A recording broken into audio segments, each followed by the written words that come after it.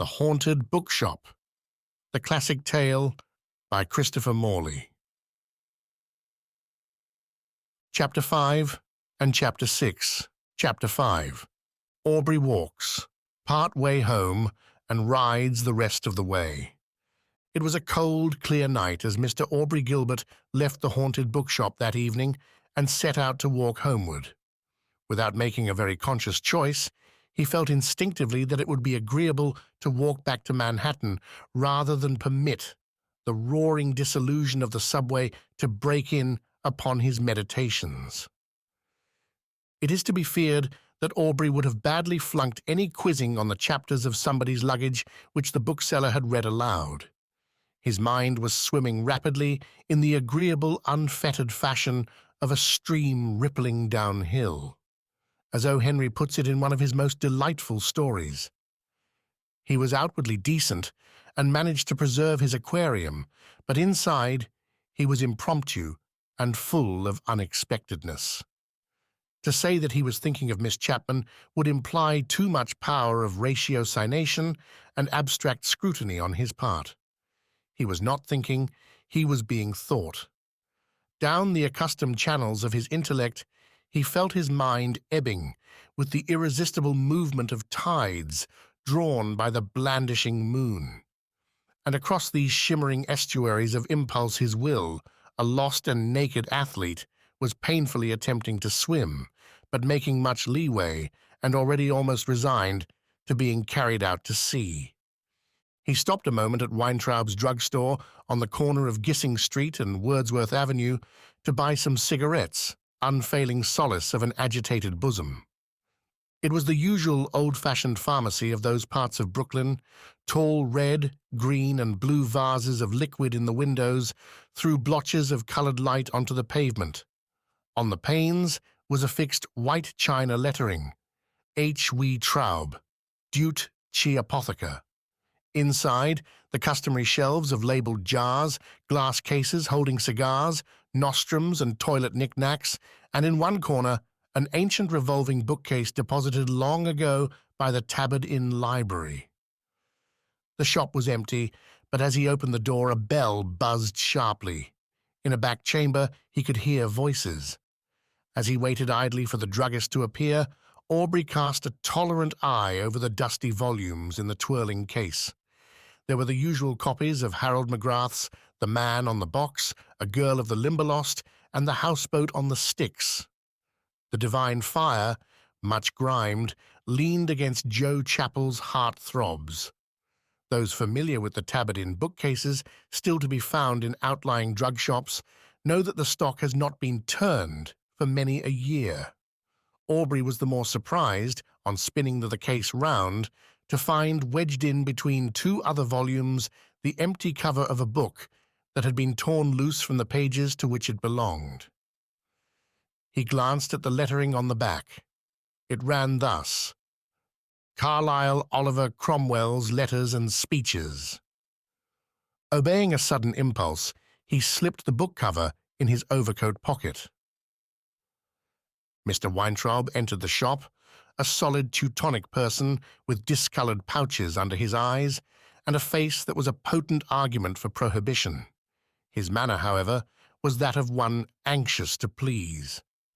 Aubrey indicated the brand of cigarettes he wanted. Having himself coined the advertising catchword for them, they're mild, but they satisfy, he felt a certain loyal compulsion always to smoke this kind. The druggist held out the packet, and Aubrey noticed that his fingers were stained a deep saffron color.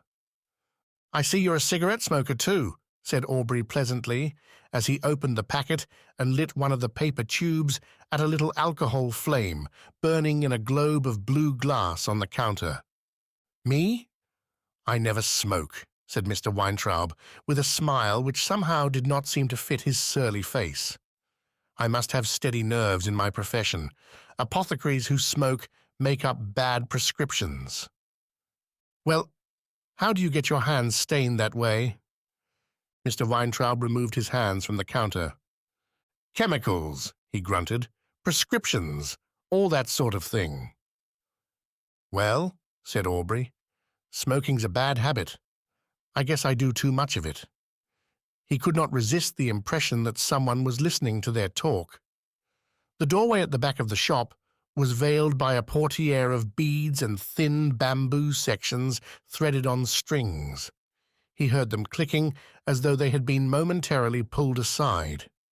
Turning, just as he opened the door to leave, he noticed the bamboo curtains swaying. "Well, good night," he said, and stepped out onto the street. As he walked down Wordsworth Avenue, under the thunder of the L, past lighted lunchrooms, oyster saloons, and pawn shops, Miss Chapman resumed her sway. With the delightful velocity of thought, his mind whirled in a narrowing spiral round the experience of the evening. The small book-crammed sitting room of the Mifflins, the sparkling fire, the lively chirrup of the bookseller reading aloud, and there, in the old easy chair whose horsehair stuffing was bulging out, that blue-eyed vision of careless girlhood. Happily, he had been so seated that he could study her without seeming to do so. The line of her ankle where the firelight danced upon it put Coles Phillips to shame, he averred. Extraordinary how these creatures are made to torment us with their intolerable comeliness. Against the background of dusky bindings, her head shone with a soft haze of gold. Her face, that had an air of naive and provoking independence, made him angry with its unnecessary surplus of enchantment. An unaccountable gust of rage drove him rapidly along the frozen street. "Damn it!" he cried. "What right has any girl to be as pretty as that? Why, I'd like to beat her," he muttered, amazed at himself. "What the devil right has a girl got to look so innocently adorable?" It would be unseemly to follow poor Aubrey in his vacillations of rage and worship as he thrashed along Wordsworth Avenue, hearing and seeing no more than was necessary for the preservation of his life at street crossings. Half-smoked cigarette stubs glowed in his wake. Too, his burly bosom echoed with incoherent oratory. In the darker stretches of Fulton Street that lead up to the Brooklyn Bridge, he fiercely exclaimed, "By God, it's not such a bad world." As he ascended the slope of that vast, airy span, a black midget against a froth of stars, he was gravely planning such vehemence of exploit in the advertising profession as would make it seem less absurd to approach the president of the Dainty Bits Corporation with a question for which no progenitor of loveliness is ever quite prepared.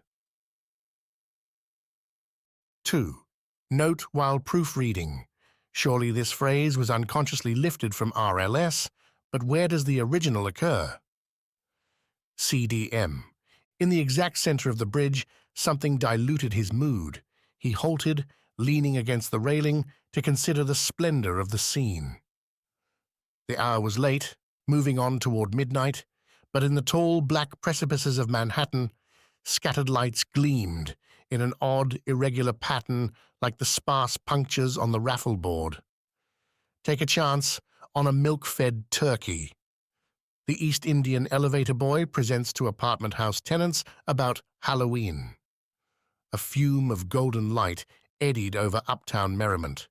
He could see the ruby beacon on the Metropolitan Tower signal 3/4.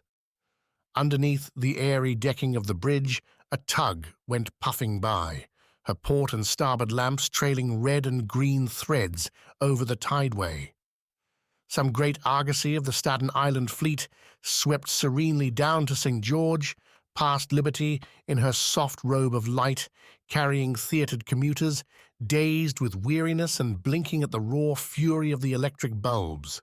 Overhead, the night was a superb arch of clear frost, sifted with stars. Blue sparks crackled stickily along the trolley wires as the cars groaned over the bridge. Aubrey surveyed all this splendid scene without exact observation. He was of a philosophic turn and was attempting to console his discomfiture in the overwhelming luster of Miss Titania by the thought that she was, after all, the creature and offspring of the science he worshipped, that of advertising. Was not the fragrance of her presence, the soft compulsion of her gaze, even the delirious frill of muslin at her wrist, to be set down to the credit of his chosen art? Had he not, pondering obscurely upon attention-compelling copy and layout and typeface in a corner of the grey matter office, contributed to the triumphant prosperity and grace of this unconscious beneficiary? Indeed, she seemed to him, fiercely tormenting himself with her loveliness, a symbol of the mysterious and subtle power of publicity. It was advertising that had done this, that had enabled Mr. Chapman, a shy and droll little person, to surround this girl with all the fructifying glories of civilization, to foster and cherish her until she shone upon the earth like a morning star. Advertising had clothed her. Advertising had fed her, schooled, roofed, and sheltered her.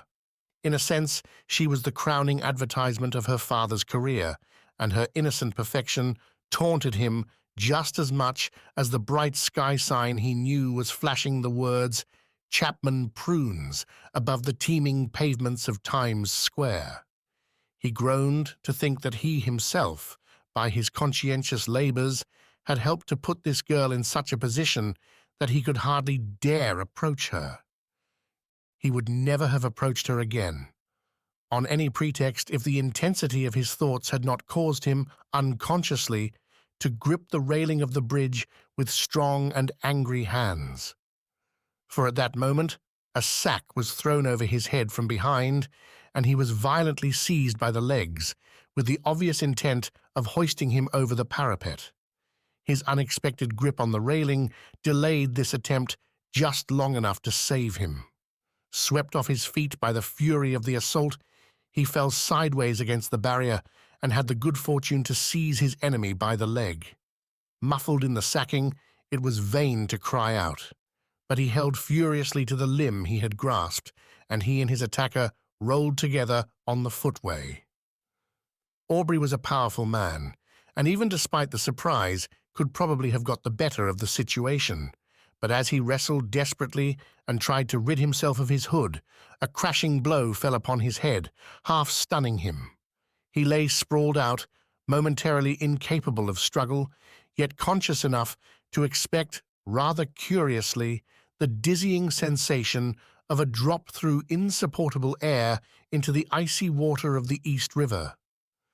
Hands seized him, and then, passively, he heard a shout, the sound of footsteps running on the planks and other footsteps hurrying away at top speed. In a moment, the sacking was torn from his head, and a friendly pedestrian was kneeling beside him. "Say, are you all right?" said the latter anxiously. "Gee, those guys nearly got you." Aubrey was too faint and dizzy to speak for a moment. His head was numb, and he felt certain that several inches of it had been caved in. Putting up his hand, feebly, he was surprised to find the contours of his skull much the same as usual. The stranger propped him against his knee and wiped away a trickle of blood with his handkerchief. "Say, old man, I thought you was a goner," he said sympathetically. "I seen those fellows jump you. Too bad they got away. Dirty work, I'll say so." Aubrey gulped the night air and sat up. The bridge rocked under him. Against the star-speckled sky, he could see the Woolworth building bending and jazzing like a poplar tree in a gale. He felt very sick. "Ever so much obliged to you," he stammered. "I'll be all right in a minute." "Do you want me to go and ring up an ambulance?" said his assistant. "No, no," said Aubrey. "I'll be all right." He staggered to his feet and clung to the rail of the bridge, trying to collect his wits. One phrase ran over and over in his mind with damnable iteration. "Mild, but they satisfy." "Where were you going?" said the other, supporting him. "Madison Avenue and 32nd. Maybe I can flag a jitney for you. Here," he cried, as another citizen approached afoot. "Give this fellow a hand. Someone beat him over the bean with a club. I'm going to get him a lift." The newcomer readily undertook the friendly task and tied Aubrey's handkerchief round his head, which was bleeding freely. After a few moments, the first Samaritan succeeded in stopping a touring car which was speeding over from Brooklyn. The driver willingly agreed to take Aubrey home, and the other two helped him in. Barring a nasty gash on his scalp, he was none the worse. "A fellow needs a tin hat if he's going to wander round Long Island at night," said the motorist genially. "Two fellows tried to hold me up coming in from Rockville Center the other evening. Maybe they were the same two that picked on you. Did you get a look at them?" "No," said Aubrey. "That piece of sacking might have helped me trace them, but I forgot it." "Want to run back for it?" "Never mind," said Aubrey. "I've got a hunch about this." "Think you know who it is? Maybe you're in politics, hey?" The car ran swiftly up the dark channel of the Bowery into 4th Avenue and turned off at 32nd Street to deposit Aubrey in front of his boarding house. He thanked his convoy heartily and refused further assistance. After several false shots, he got his latchkey in the lock, climbed 4 creaking flights, and stumbled into his room. Groping his way to the wash basin, he bathed his throbbing head, tied a towel round it, and fell into bed. Chapter 6. Titania Learns the Business. Although he kept late hours, Roger Mifflin was a prompt riser. It is only the very young who find satisfaction in lying abed in the morning. Those who approach the term of the 5th decade are sensitively aware of the fluency of life and have no taste to squander it among the blankets. The bookseller's morning routine was brisk and habitual. He was generally awakened about 7:30 by the jangling bell that balanced on a coiled spring at the foot of the stairs. This ringing announced the arrival of Becky, the old scrubwoman who came each morning to sweep out the shop and clean the floors for the day's traffic. Roger, in his old dressing gown of vermilion flannel, would scuffle down to let her in, picking up the milk bottles and the paper bag of baker's rolls at the same time. As Becky propped the front door wide, opened window transoms, and set about buffeting dust and tobacco smoke, Roger would take the milk and rolls back to the kitchen and give Bock a morning greeting. Bock would emerge from his literary kennel and thrust out his forelegs in a genial obeisance. This was partly politeness, and partly to straighten out his spine after its all-night curvature. Then Roger would let him out into the backyard for a run, himself standing on the kitchen steps to inhale the bright freshness of the morning air. This Saturday morning was clear and crisp. The plain backs of the homes along Whittier Street, irregular in profile as the margins of a free verse poem, offered Roger an agreeable human panorama. Thin strands of smoke were rising from chimneys. A belated baker's wagon was joggling down the alley. In bedroom bay windows, sheets and pillows were already set to sun and air. Brooklyn, admirable borough of homes and hearty breakfasts, attacks the morning hours in cheery, smiling spirit. Bock sniffed and rooted about the small backyard as though the earth, every cubic inch of which he already knew by rote, held some new entrancing flavor. Roger watched him with the amused and tender condescension one always feels toward a happy dog, perhaps the same mood of tolerant paternalism that Gott is said to have felt in watching his boisterous Hohenzollerns.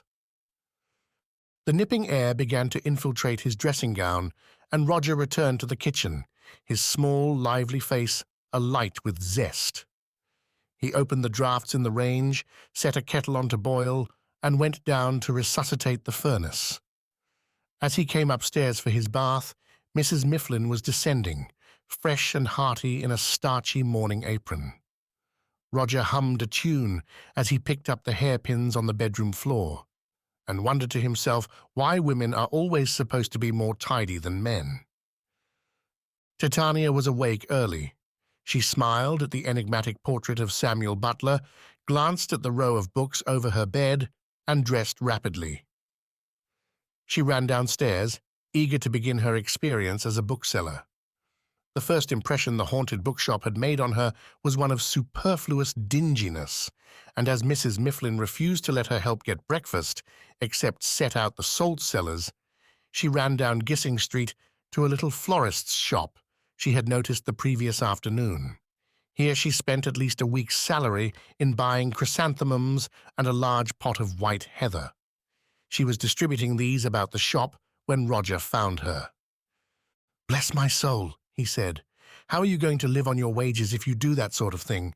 Payday doesn't come until next Friday." "Just one blowout," she said cheerfully. "I thought it would be fun to brighten the place up a bit. Think how pleased your floor walker will be when he comes in." "Dear me," said Roger, "I hope you don't really think we have floor walkers in the second-hand book business." After breakfast, he set about initiating his new employee into the routine of the shop. As he moved about, explaining the arrangement of his shelves, he kept up a running commentary. "Of course, all the miscellaneous information that a bookseller has to have will only come to you gradually," he said. "Such tags of bookshop lore as the difference between Philo Gubb and Philip Gibbs, Mrs. Wilson Woodrow and Mrs. Woodrow Wilson, and all that sort of thing. Don't be frightened by all the ads you see for a book called Bell and Wing, because no one was ever heard to ask for a copy. That's one of the reasons why I tell Mr. Gilbert I don't believe in advertising. Someone may ask you who wrote The Winning of the Best, and you'll have to know it wasn't Colonel Roosevelt, but Mr. Ralph Waldo Trine. The beauty of being a bookseller is that you don't have to be a literary critic. All you have to do to books is enjoy them. A literary critic is the kind of fellow who will tell you that Wordsworth's Happy Warrior is a poem of 85 lines, composed entirely of 2 sentences, one of 26 lines and one of 59. What does it matter if Wordsworth wrote sentences almost as long as those of Walt Whitman or Mr. Will H. Hayes, if only he wrote a great poem? Literary critics are queer birds. There's Professor Phelps of Yale, for instance. He publishes a book in 1918 and calls it The Advance of English Poetry in the 20th Century. To my way of thinking, a book of that title oughtn't to be published until 2018. Then somebody will come along and ask you for a book of poems about a typewriter, and by you'll learn that what they want is Stevenson's Underwoods. Yes, it's a complicated life. Never argue with customers. Just give them the book they ought to have, even if they don't know they want it. They went outside the front door, and Roger lit his pipe. In the little area in front of the shop windows stood large empty boxes supported on trestles. "The first thing I always do," he said. "The first thing you'll both do is catch your death of cold," said Helen over his shoulder. "Titania, you run and get your fur. Roger, go and find your cap. With your bald head, you ought to know better." When they returned to the front door, Titania's blue eyes were sparkling above her soft tippet. "I applaud your taste in furs," said Roger. "That is just the color of tobacco smoke." He blew a whiff against it to prove the likeness. He felt very talkative, as most older men do, when a young girl looks as delightfully listenable as Titania. "What an adorable little place," said Titania, looking round at the bookshop's space of private pavement, which was sunk below the street level. "You could put tables out here and serve tea in summer-time." "The first thing every morning," continued Roger, "I set out the 10-cent stuff in these boxes.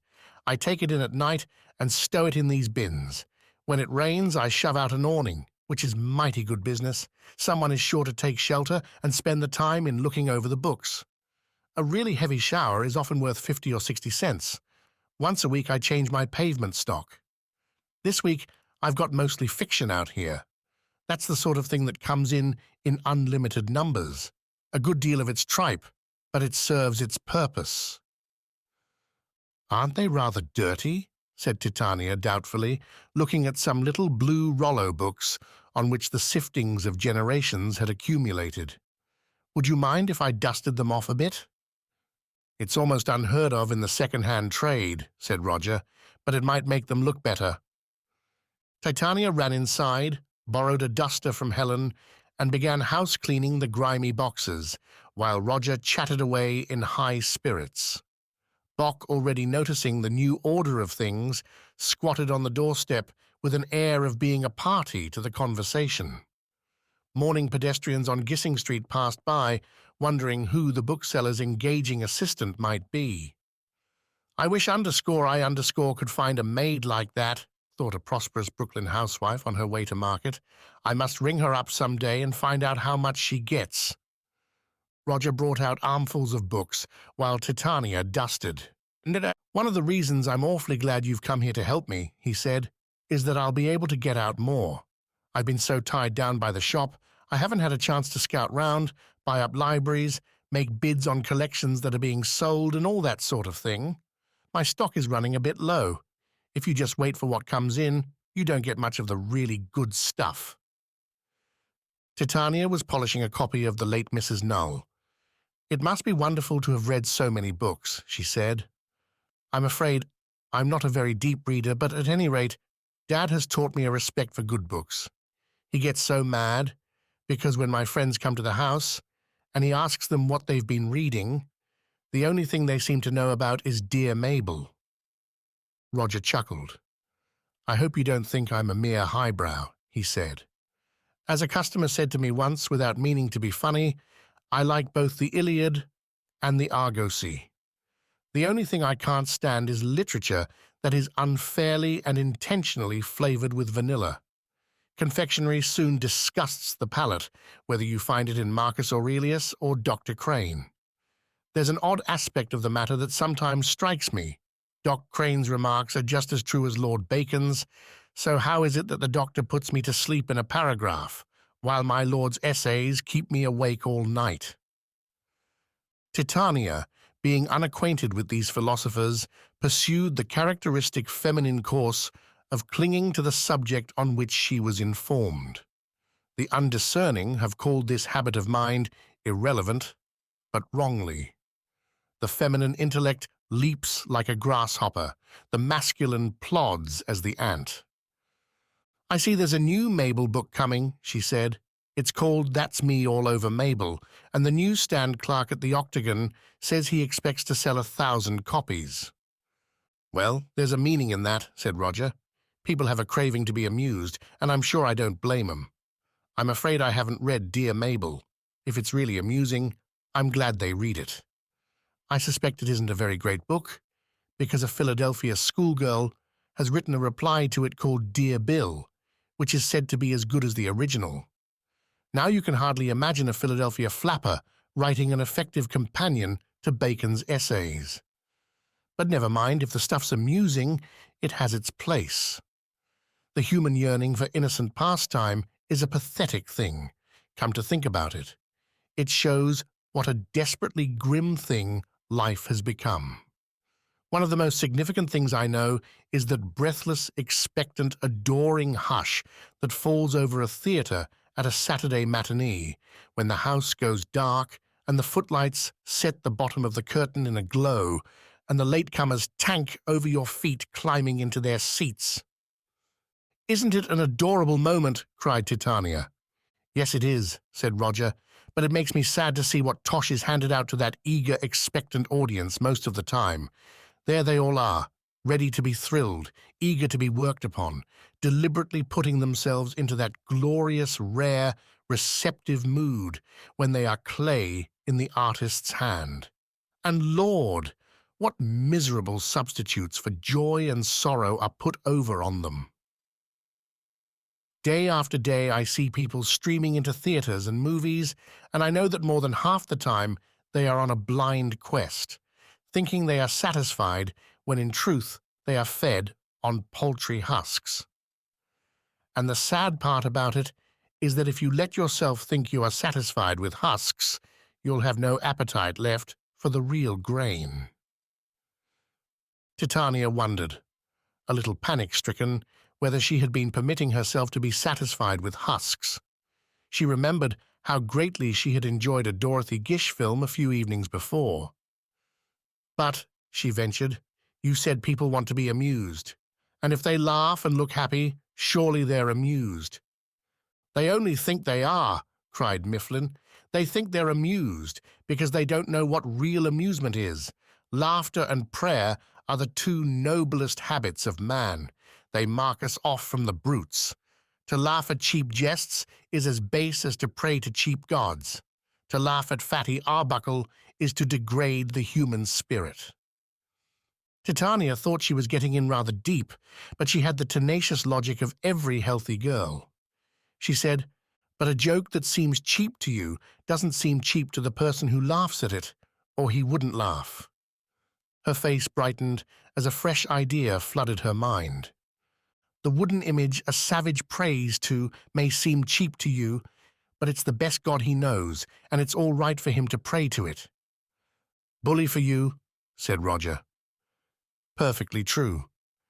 But I've got away from the point I had in mind. Humanity is yearning now, as it never did before, for truth, for beauty, for the things that comfort and console and make life seem worthwhile. I feel this all round me, every day.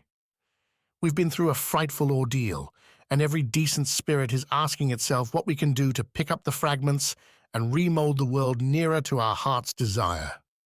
Look here, here's something I found the other day in John Masefield's preface to one of his plays. The truth and rapture of man are holy things, not lightly to be scorned. A carelessness of life and beauty marks the glutton, the idler, and the fool in their deadly path across history. I tell you, I've done some pretty sober thinking as I've sat here in my bookshop during the past horrible years. Walt Whitman wrote a little poem during the Civil War. "Year that trembled and reeled beneath me," said Walt. "Must I learn to chant the cold dirges of the baffled and sullen hymns of defeat? I've sat here in my shop at night and looked round at my shelves, looked at all the brave books that house the hopes and gentlenesses and dreams of men and women, and wondered if they were all wrong, discredited, defeated. Wondered if the world was still merely a jungle of fury. I think I'd have gone balmy if it weren't for Walt Whitman. Talk about Mr. Britling. Walt was the man who saw it through. The glutton, the idler, and the fool in their deadly path across history. Aye, a deadly path indeed. The German military men weren't idlers, but they were gluttons and fools to the nth power. Look at their deadly path. And look at other deadly paths, too. Look at our slums, jails, insane asylums. I used to wonder what I could do to justify my comfortable existence here during such a time of horror.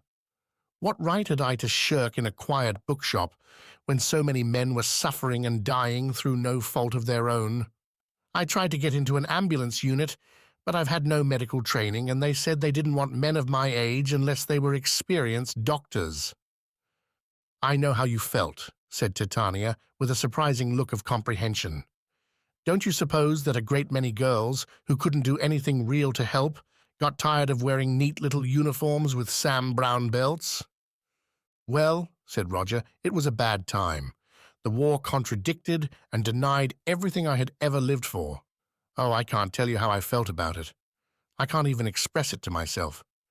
Sometimes I used to feel as I think that truly noble simpleton Henry Ford may have felt when he organized his peace voyage, that I would do anything, however stupid, to stop it all. In a world where everyone was so wise and cynical and cruel, it was admirable to find a man so utterly simple and hopeful as Henry. A boob, they called him. Well, I say bravo for boobs. I dare say most of the apostles were boobs, or maybe they called them Bolsheviks."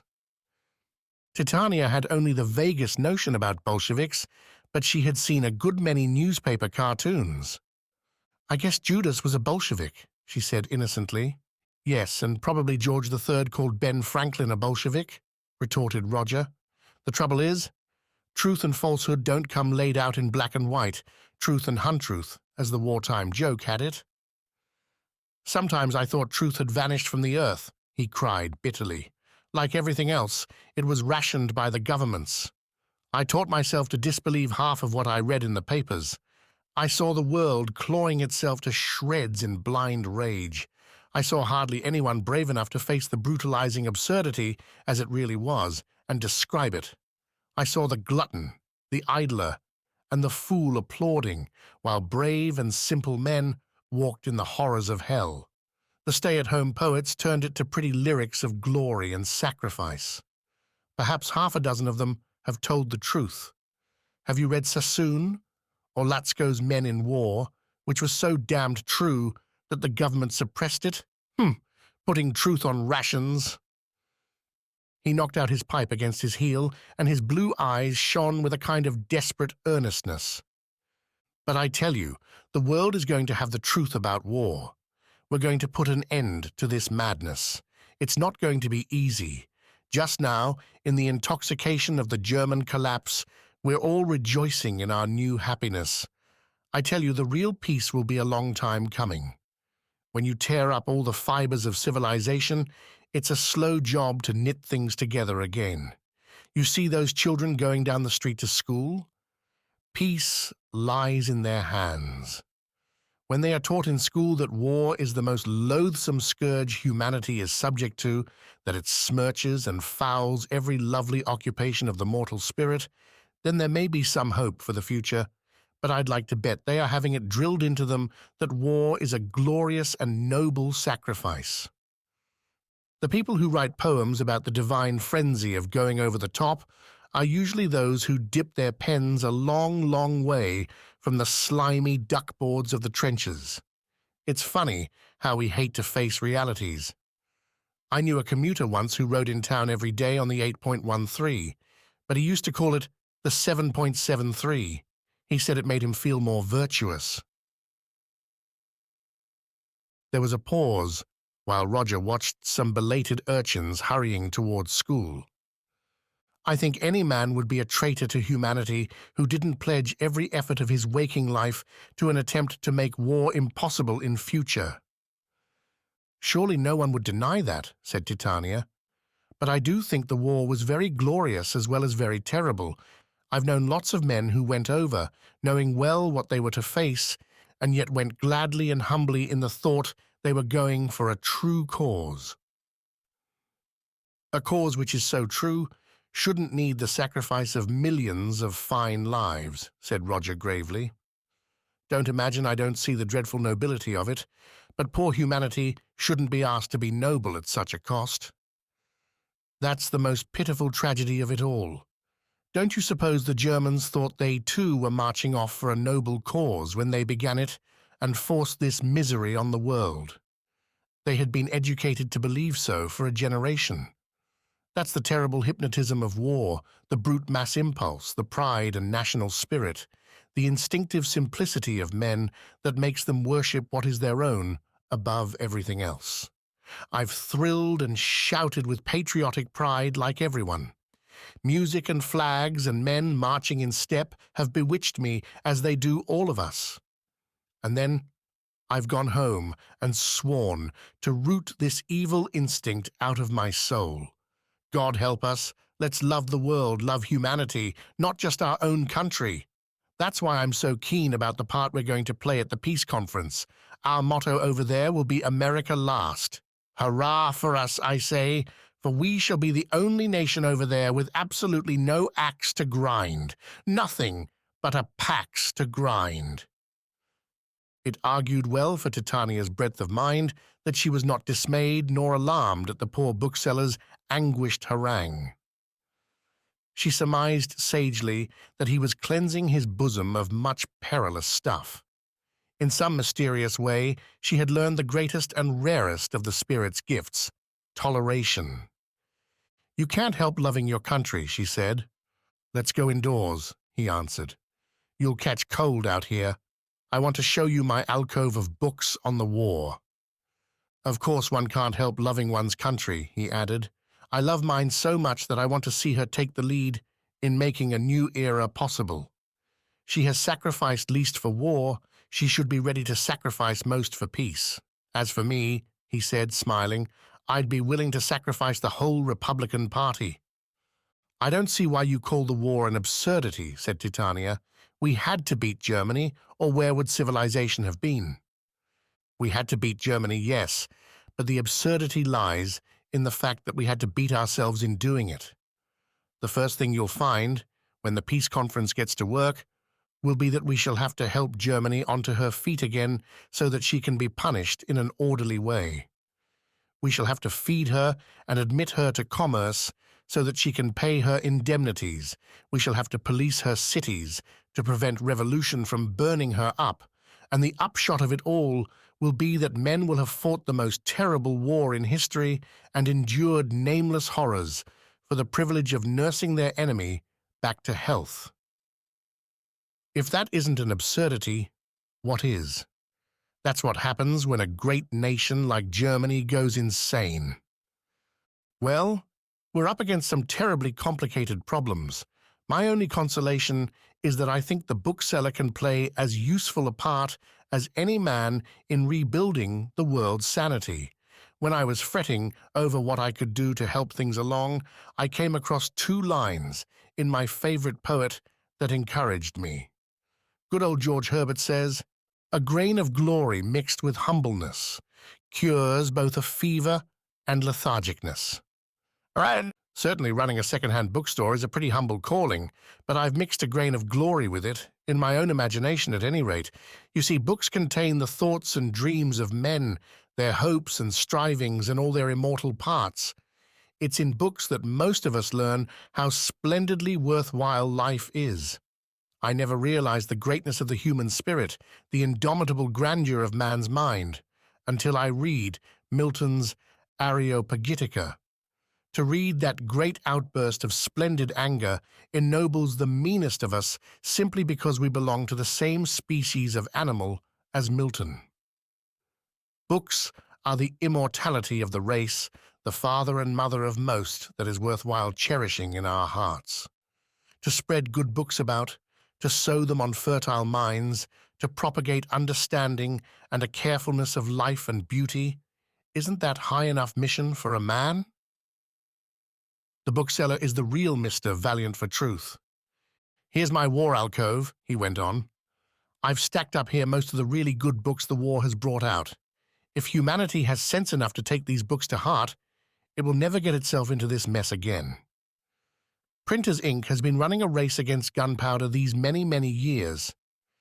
Ink is handicapped, in a way, because you can blow up a man with gunpowder in half a second, while it may take 20 years to blow him up with a book. But the gunpowder destroys itself along with its victim, while a book can keep on exploding for centuries. There's Hardy's Dinus, for example. When you read that book, you can feel it blowing up your mind.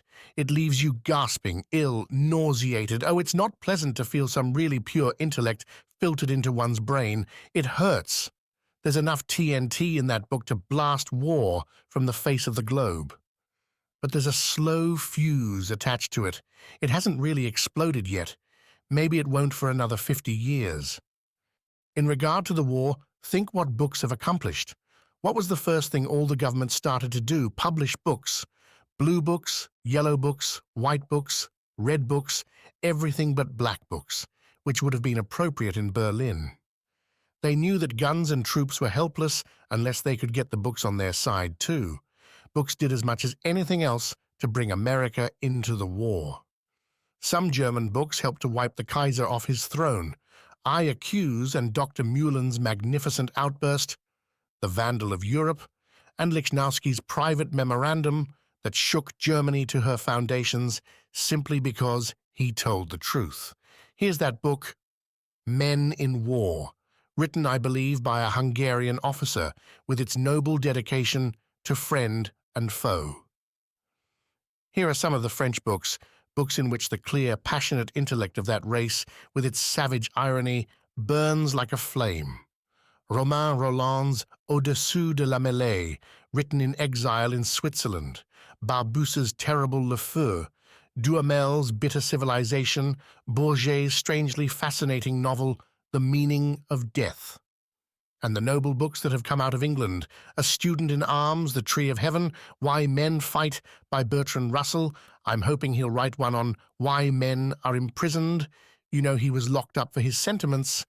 And here's one of the most moving of all, The Letters of Arthur Heath, a gentle, sensitive young Oxford tutor who was killed on the Western Front. You ought to read that book. It shows the entire lack of hatred on the part of the English. Heath and his friends, the night before they enlisted, sat up singing the German music they had loved, as a kind of farewell to the old, friendly, joyous life. Yes, that's the kind of thing war does. Wipes out spirits like Arthur Heath. Please read it. Then you'll have to read Philip Gibbs and Lewis Dickinson and all the young poets.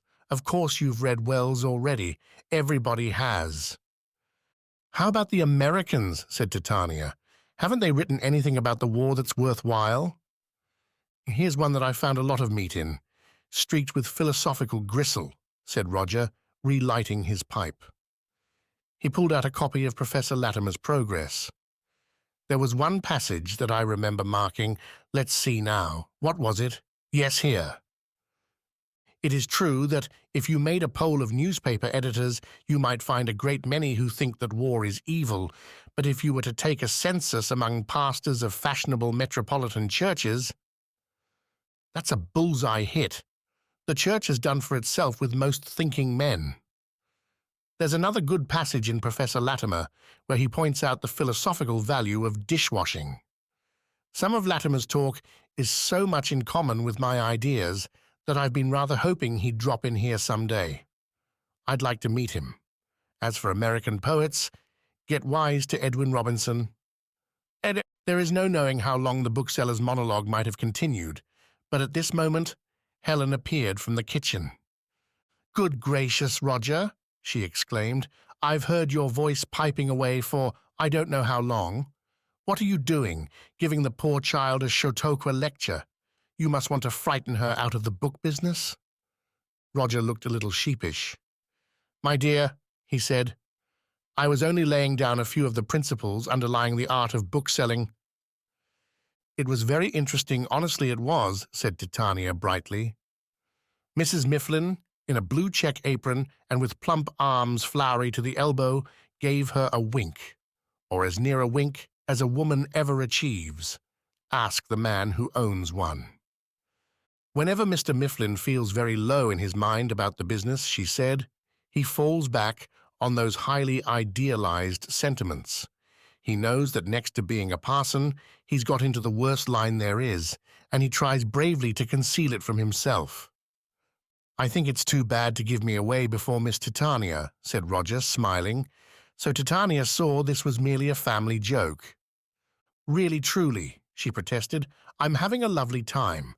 I've been learning all about Professor Latimer, who wrote The Handle of Europe and all sorts of things.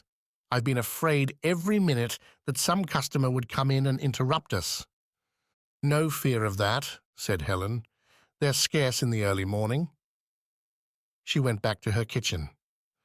"Well, Miss Titania," resumed Roger, "you see what I'm driving at. I want to give people an entirely new idea about bookshops. The grain of glory that I hope will cure both my fever and my lethargicness is my conception of the bookstore as a powerhouse, a radiating place for truth and beauty. I insist books are not absolutely dead things. They are as lively as those fabulous dragon's teeth, and being sewn up and down, may chance to spring up armed men. How about Bernhardi? Some of my corncob friends tell me books are just merchandise." "Pshaw!" "I haven't read much of Bernard Shaw," said Titania. "Did you ever notice how books track you down and hunt you out? They follow you like the hound in Francis Thompson's poem. They know their quarry. Look at that book, The Education of Henry Adams. Just watch the way it's hounding out thinking people this winter. And the Four Horsemen, you can see it racing in the veins of the reading people. It's one of the uncanniest things I know to watch a real book on its career. It follows you and drives you into a corner and makes you read it. There's a queer old book that's been chasing me for years, The Life and Opinions of John Buncle, ESQ, it's called. I've tried to escape it, but every now and then it sticks up its head somewhere. It'll get me someday, and I'll be compelled to read it. 10,000 a year trailed me the same way until I surrendered. Words can't describe the cunning of some books. You'll think you've shaken them off your trail, and then one day some innocent-looking customer will pop in and begin to talk, and you'll know he's an unconscious agent of book destiny. There's an old sea captain who drops in here now and then. He's simply the novels of Captain Marryat put into flesh. He has me under a kind of spell. I know I shall have to read Peter Simple before I die, just because the old fellow loves it so. That's why I call this place the Haunted Bookshop, haunted by the ghosts of the books I haven't read. Poor uneasy spirits, they walk and walk around me. There's only one way to lay the ghost of a book, and that is to read it. I know what you mean, said Titania. I haven't read much Bernard Shaw, but I feel I shall have to. He meets me at every turn, bullying me. And I know lots of people who are simply terrorized by H.G. Wells. Every time one of his books comes out, and that's pretty often, they're in a perfect panic until they've read it. Roger chuckled. Some have even been stampeded into subscribing to the New Republic for that very purpose. But speaking of the Haunted Bookshop, what's your special interest in that Oliver Cromwell book? Oh, I'm glad you mentioned it, said Roger. I must put it back in its place on the shelf. He ran back to the den to get it, and just then the bell clanged at the door. A customer came in, and the one-sided gossip was over for the time being.